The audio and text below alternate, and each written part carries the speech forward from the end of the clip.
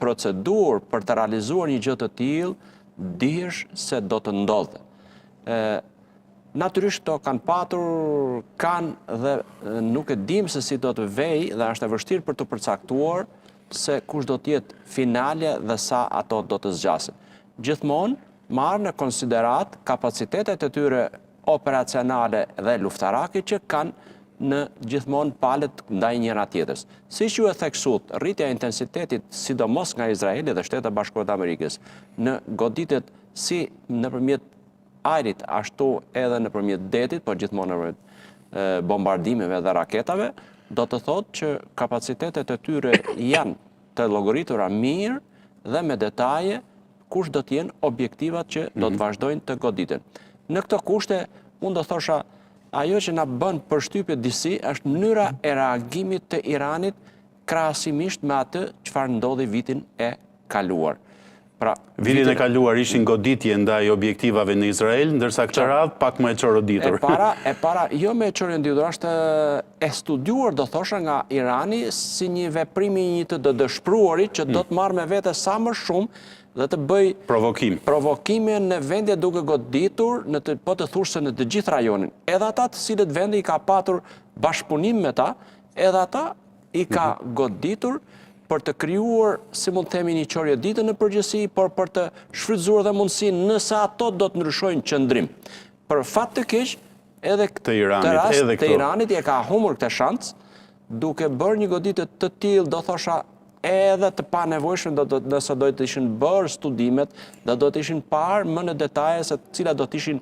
efektet e këtyre goditjeve. Ajo që më bën përshtypje do ta theksoj këtë është pjesa e rënies së mitit të sigurisë që është qytur nga e gjithë bota, Emiratet e Bashkuara Arabe dhe veçanërisht Dubai. Edhe ky mit i sigurisë ra pasi ata goditen dhe nuk goditen në një objekt ushtarak, por civil.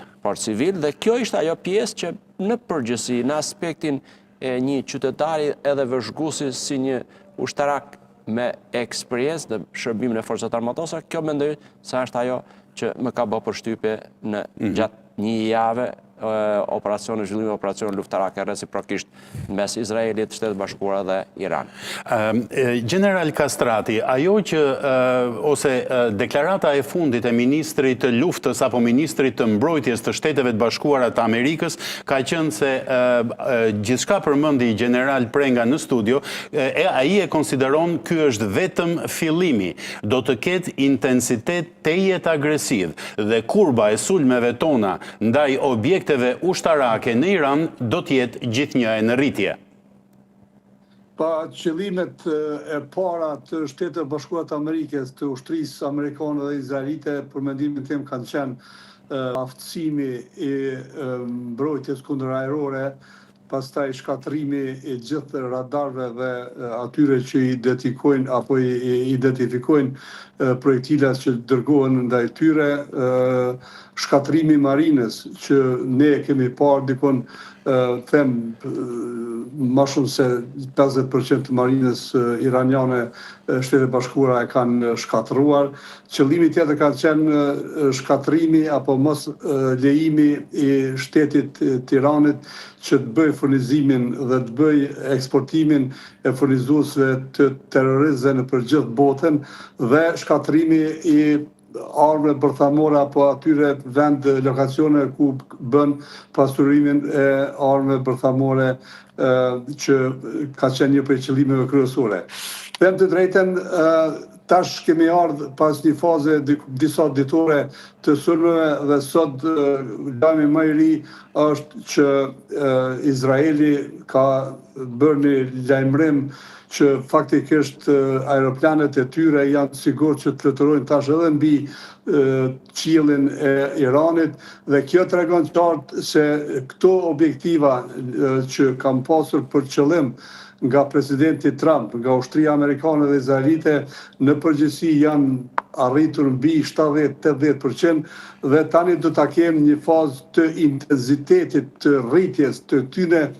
bombardimeve, jo vetëm me raketa, me largësi të lartë dhe të mesme, por tash do të kemi edhe aeroplanet amerikanë dhe izraelit mbi tokën dhe mbi saqet e ushtrisë iraniane. pa marrë parasysh se ka pas kombinime të teknologjisë kinezo-ruse, Irani nuk ka arritur as për safërmi të përballoj gjitha këto sulme të fuqishme dhe të furishme të Shtetet e Bashkuara të Amerikës, po mos harrojmë një gjë, që ditën e parë dhe minutën e parë Shtetet e Bashkuara të Amerikës kanë asgjësuar apo kanë shkatërruar komplet sinxhirin komandues ushtarak dhe atë politik. Dhe kjo normal që ne ushtarak kur nuk e kem kokën në rregull, atëherë deri sot të konsolidohen o do t'jetë jashtëzakonisht e vështirë dhe po duket që Irani është duke gjuajtur